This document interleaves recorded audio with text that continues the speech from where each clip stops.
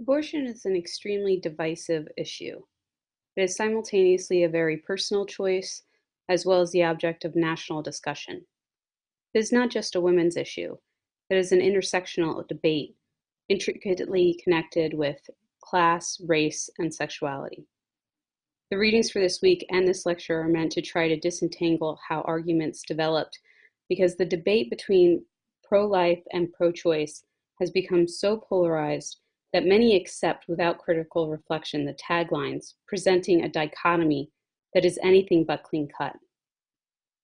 This dichotomy has allowed one side to co-opt religious, moral, ethical claims that are presented as if those claims are absolute and reflective of what is natural, traditional, and normal, while the other side is associated with secular, legalistic claims.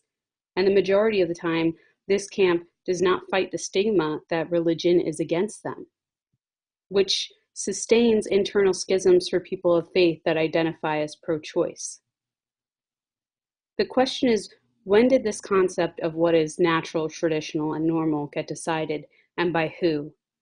Are these arguments rooted in the Hebrew Bible and or the New Testament, or in tradition?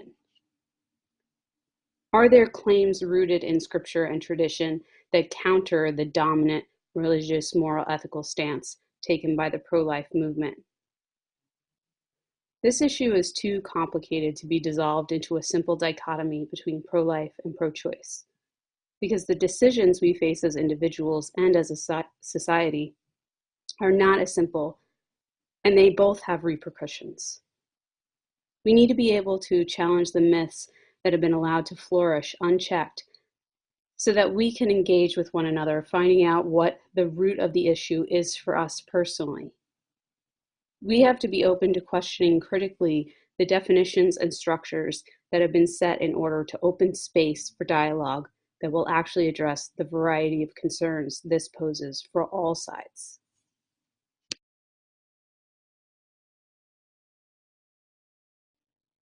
First, we have to identify the difference between what is perceived or believed to be in the Hebrew Bible and the New Testament because of tradition and what is actually there.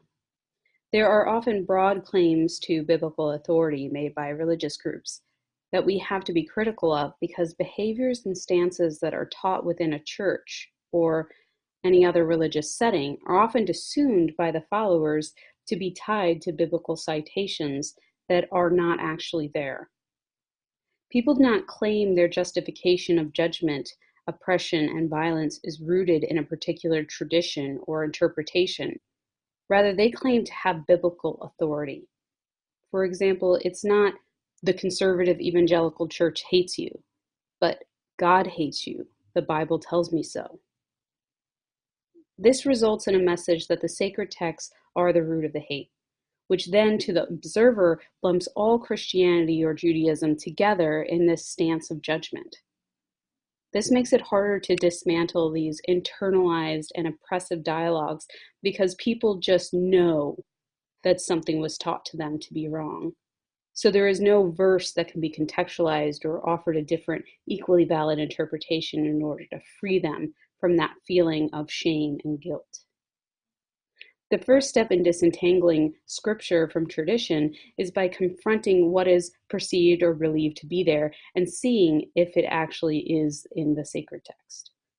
This frees people of faith from being restricted to a particular interpretation and allows for a more nuanced discussion of what the overall call of Scripture is, namely a call to support the marginalized and oppressed and to love thy neighbor as thyself. This framework and call can be used to both support or object to abortion, but it shifts the argument from judgment and condemnation to a discussion that has the capacity to hold the intersectionality of oppressions in this issue, as it opens up space for a deeper discussion of those who are marginalized and weak, that need protection, that we are called to care for, empathize with, and support.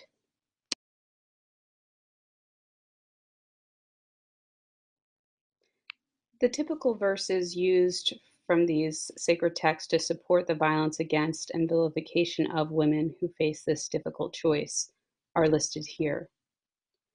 The most direct of these citations is Exodus 21:22, which we will discuss further in the next slide. What is important to note here is that these citations refer to three categories: general prohibitions against killing, which is transgressed and justified in various scenarios. So a focus on this command to not take a life comes down to whose life gets prioritized. Procreation based in a need to populate an empty earth, which is no longer the case in our current context of ecological crisis. And verses that are taken out of their literary context that is focused on the issue of idolatry to try to substantiate a particular view on when life and personhood begin. What is noteworthy is that there are many descriptions of approved and disapproved behaviors in both the Hebrew Bible and the New Testament. And in the places where it would fit the literary and thematic context to discuss the issue of abortion directly, the issue is not discussed. For example, in Paul's letter to the church in Corinth, which was known for prostitution and sex tourism, in 1 Corinthians 5, 6, and 7, Paul specifies sexual immorality he sees in the church, which includes adultery, incest, and sex with prostitutes, but he makes no mention of abortion. Abortion and infanticide were common practices across the whole Mediterranean, so the silence is deafening. There are no direct verses in the Hebrew Bible or the New Testament that address abortion, and no canonical or non-canonical text that depicts Jesus speaking about abortion, and Paul almost also does not mention this in his letters. What does that silence mean to you?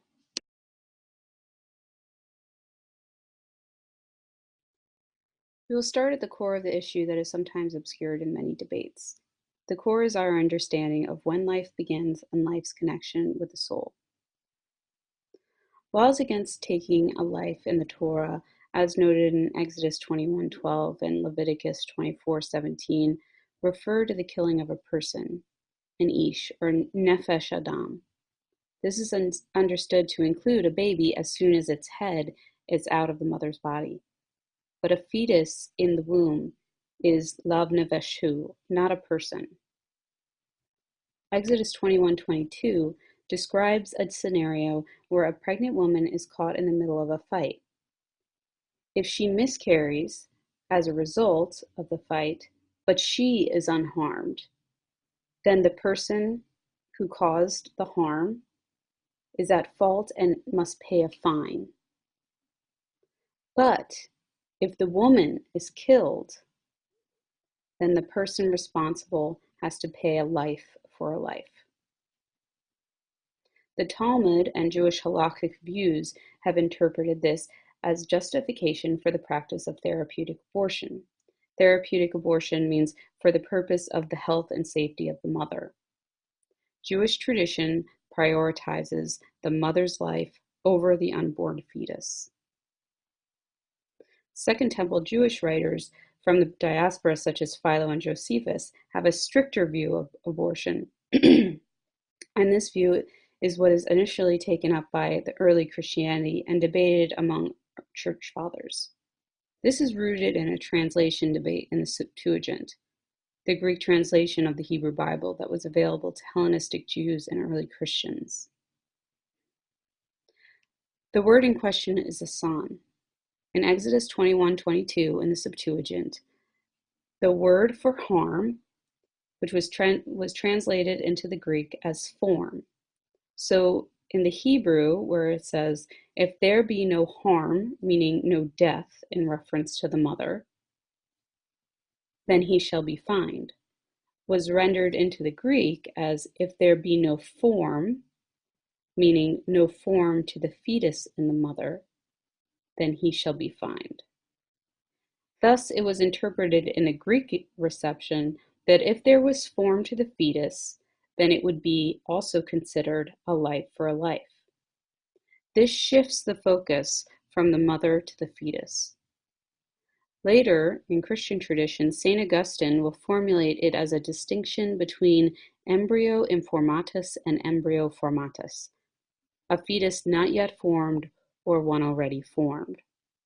We will return to Augustine later in the lecture, but it is important that even in the more strict interpretations of this verse, there is an acknowledgement of the difference in stages of development of the fetus, and therefore abortion early in the pregnancy would not have been seen as a moral or ethical issue, even in early church debates.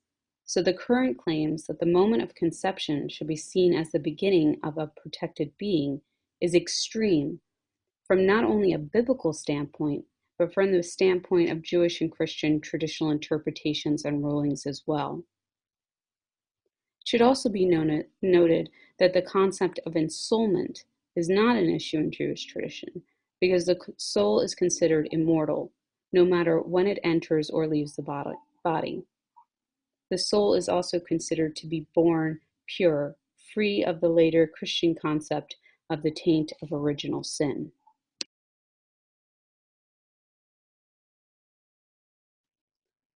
Abortion is an intricately intertwined religious and political debate, and it always has been. There was a fertility crisis in the Roman Empire, and as early as the first Emperor Augustus, there was attempts to impose laws and tax incentives to address the issue. For example, the Lex Julia were a set of moral legislation that offered benefits for marrying and having children and penalties for not. So celibates, widows of marrying age, or childless people had restricted inheritance rights to estates, often with the result that those estates became the property of the empire. Priority was given to married men with children for political office. Adultery became a public crime, not a private offense. The Jus Trium Liberorum allowed freeborn women with 3 children, 4 children if they were freed women, meaning ex-slaves, to inheritance rights that would otherwise be eligible to their children, and they would no longer need a male guardian to supervise their finances. The Lex Aela Sentia offered informally freed slaves the opportunity for full Roman citizenship if they had a child that lived to at least 1 year old. 1 year was the age at which Roman citizens could request their children to also become citizens, because they were considered persons at that point. This fertility crisis factored into the rise of early Christianity. Rodney Stark discusses the issues of fertility and its socio-political effects on the early church. Infanticide, usually accomplished by discarding a newborn somewhere for fates unknown, but typically resulting in death, and abortion were both legal and common in the ancient world, and eventually posed a problem for imperial Rome. Abortion was a leading cause of death and infertility for women, and from documents found recording the composition of families, it was rare for more than one female child to be raised. Writers such as Tacitus and Dio Cassius remarked on the lack of procreative women and the problem of childlessness that affected the Roman Empire.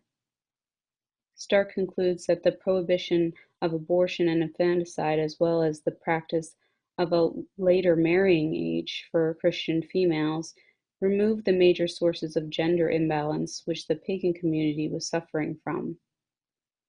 The Roman population was no longer replenishing itself due to the fertility problem, and the rising church would have posed an even greater threat to Rome because it was able to expand within itself more so than the larger society. Tacitus, in his Histories in Book 5, written around 100 CE, criticizes Jewish belief and practices and mentions their rejection of infanticide. Quote, "Still they provide for the increase of their numbers. It is a crime among them to kill any newly born infant." End quote.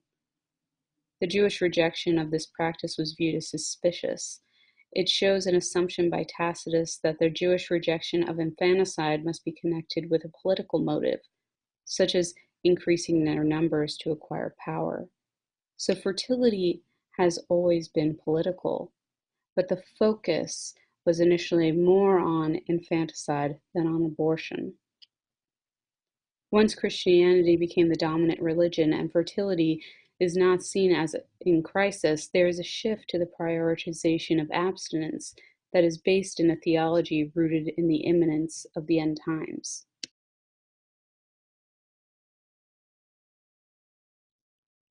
Origen, writing at the beginning of the 2nd century CE, solidified the notion that conception and birth were inevitably associated with a series of stains. These stains were residues of our fall from the contemplation of the divine Logos. Because for Origen, the goal was to devote oneself to God so those stains would fade. Origen was later deemed heretical by church fathers, but the root of Augustine's view of original sin are found in Origen. Origen's views were actually more lenient than Augustine's because Origen allowed for transcendence of these stains. Augustine's City of God, written in the early 5th century, reveals his view of the world as laden with sin. Everyone is born with the weight of original sin from Adam. Quote, the fact that the babe begins life not with laughter, but with wailing is a kind of unconscious prophecy. What a path of evils it has entered upon. Quote. This worldview reveals a harsh outlook on the state of humanity, and this attitude extends even to innocent children. The centrality of original sin to this worldview eventually leads to the Christian tradition that unbaptized babies are put in a state of limbo upon death, because no one is born innocent. In Augustine's sermons, he advocated the need for a discipline of the flesh. The negative attitude towards sex associated the stigma of sin with the procreation process. The ideal state was a virginal one. As a result, this elevation of a non-producing condition lowered the status of the family. Babies could then be seen as the proof of their parents' inability to attain a certain level of discipline. The placing of unbaptized children in a limbo situation reflects a greater connection they have with the flesh and the unclear nature of the procreation process and their relation to godliness. Thus, even when Augustine condemned every method of interfering with conception or birth in his On Marriage, and he did so out of concern for the spiritual life of a husband and wife. The crime, so to speak, that he was addressing was lust and carnal desire. It was not a defense of unborn children. Abortion is complicit in that crime only because it is part of a cover-up. Augustine shows no interest in abortion per se.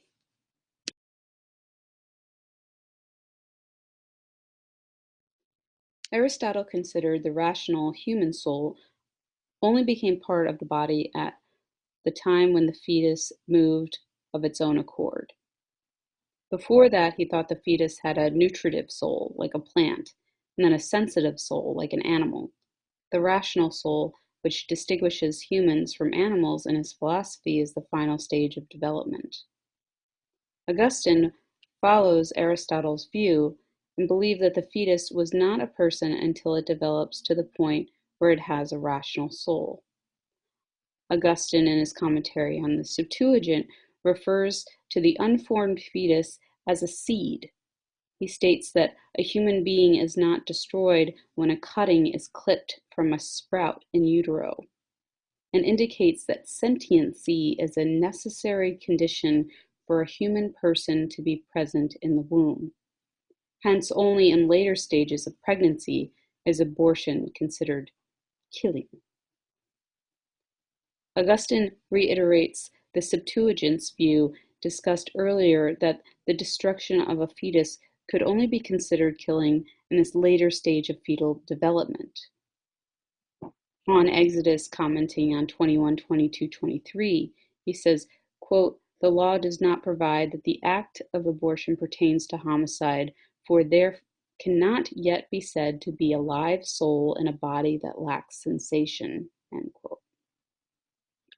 Thomas Aquinas, in his In Summa Theologica, also differentiated early from late abortions, which derived logically from his theory of delayed hominization, a belief that the soul entered a fetus only at a certain stage of development.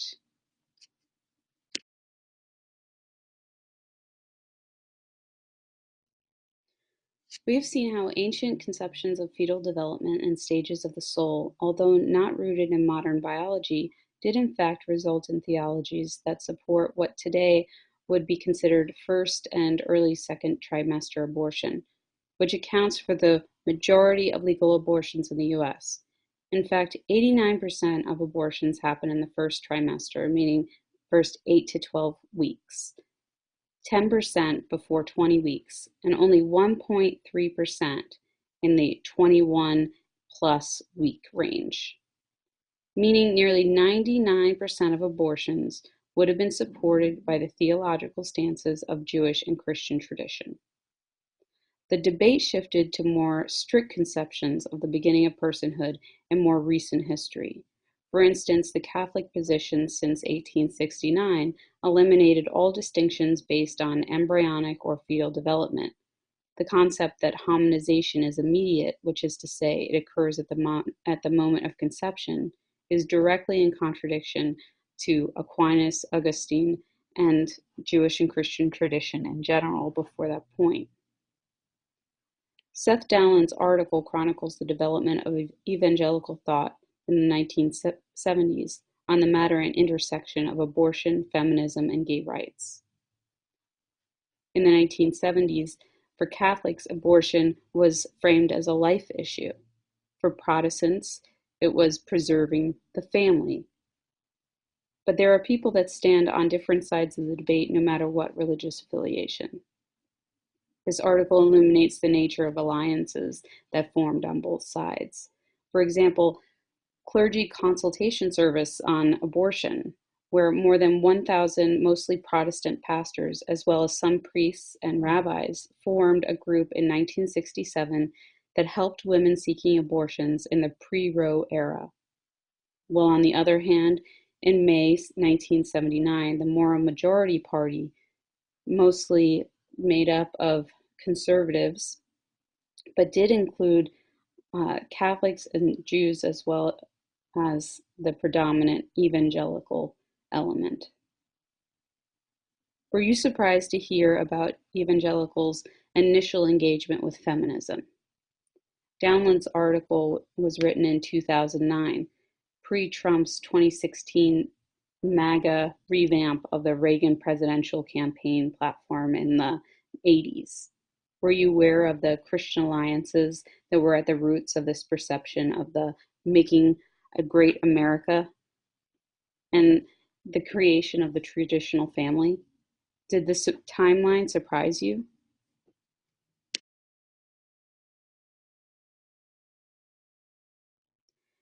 Thea Cooper states, quote, "An ecofeminist perspective, which links humans to the environment, is not focused on when the life of the fetus becomes human.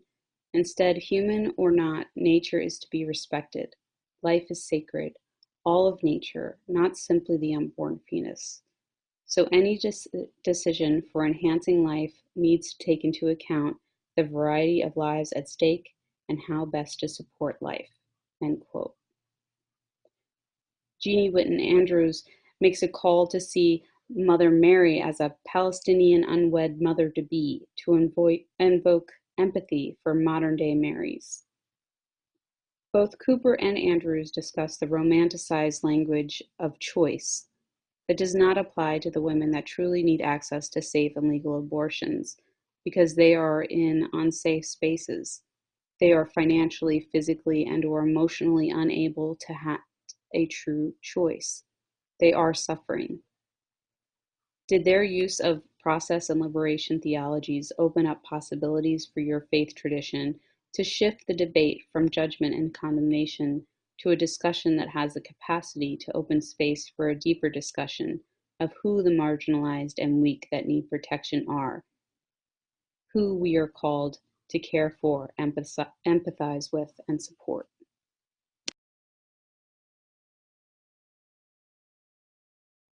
The readings discuss strategies that were employed in the collapsing of the religious and political aspects of this debate in the US. For example, Downland discusses framing the issue as an assault on motherhood was a successful tactic to divide women on the issue. Mothers felt downgraded and fueled the Stop ERA, which stood for Stop Taking Our Privileges, Equal Rights Amendment. This fueled a rift between educated career women and wives and working women who relied on their husbands as the primary support. Claims of moral economy based on gender hierarchy were a part of this discussion. It became a battle of hyperfemininity and aggressive women's libers. Claims beyond physiology that God created psychological differences as well. Males were meant to be the providers versus women who were meant to be the nurturers. This conflation of pro-life with pro-family, a heteronormative concept of the family, was built by fracturing solidarity among women, creating a dichotomy among types of women so that legislation such as the Equal Rights Amendment wouldn't gain momentum. Another tactic was using slavery and early legal racist definitions of personhood and terms like Holocaust to resonate with fears in Jewish and African American communities to rally strength to the pro-life movement. These are poignant examples of how the intersectionality of racism, classism, and sexism within this issue have been abused for the advantage of one agenda. It may be obscured now, but the Republican Party used to be predominantly pro-choice until the 1980s because of a staunch dedication against any government interference to individual rights. This changed in time, and conservative religious claims became to have more and more influence in political and legal developments. For example, the Casey decision in 1992, which instituted the concept of undue burden, allowed states to persuade against abortion, but technically not being able to stop it. But this opened a space that led to stricter state regulations on access. In more conservative states, the promotion of abstinence-only sex ed. The 2007 ruling perpetuated unfounded fears. There is no such thing as a partial birth abortion. This is not a medical term, even though it was allowed to be brought up in the last presidential debate in 2016. Late-term abortions are relegated to life and death situations and account for less than 1% of abortions. While there is so much attention placed on the importance of the unborn fetus, and legislation attempts are focused on prioritizing the coming of new life, there is no consistent follow-through for the continued support of that life. For example, if the debate was really centered on a pro-family mentality, then money and focus would also be dedicated to getting federal mandates for paid maternity leave, focus on lowering pregnancy costs, both of which would ease the financial burden for women.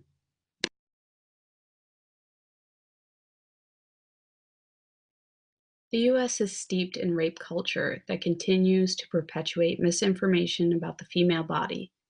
For example, that women don't get pregnant from rape, and that women's bodies are and should be available to men. This has become more transparent with the rise of incel culture. Incel is short for involuntary celibate and represent a group of cisgendered, typically white men that feel they are being unfairly denied sex by women and support violence against women to get what they feel they deserve. The mass killing at a sorority at UC Santa Barbara and the 10 women that were killed on a Toronto sidewalk were targeted by men, part of this incel subculture. This is rooted in the dehumanization of women and the perpetuation of a sense of entitlement, supported by the endurance of associating women as simple and subordinate.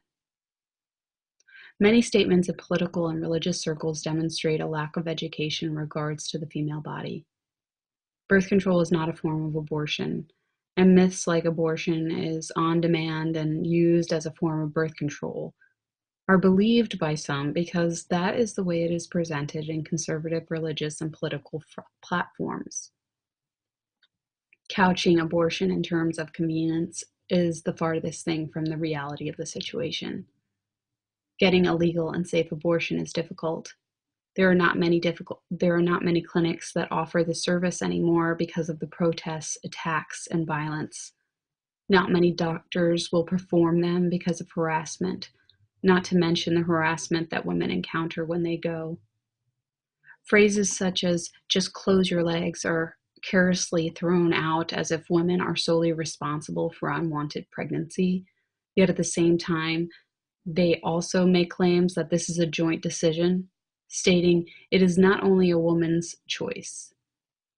So the burden of the pregnancy is left on the women no matter the circumstance, but the decision about the next steps is supposed to be shared. Planned Parenthood has been targeted with false information. For instance, no tax dollars are able to be used for abortion services. They are only used for the myriad of other services that are offered. Safe abortions actually keep fertility rates stronger, and the perceived spike in abortions after Roe v. Wade was because previously they were happening, but illegally, so many women died, and they were left infertile. And there was finally a way to record the numbers when they were finally happening in professional settings. The transformation of biblical issues into quote-unquote pro-moral or pro-family in this debate is centered on the continued substantiation of gendered order, a conservative script that has been allowed to dominate the religious landscape that is not rooted in sacred text or Jewish and Christian tradition. We are empowered to reclaim the nuance that these traditions bring to this debate.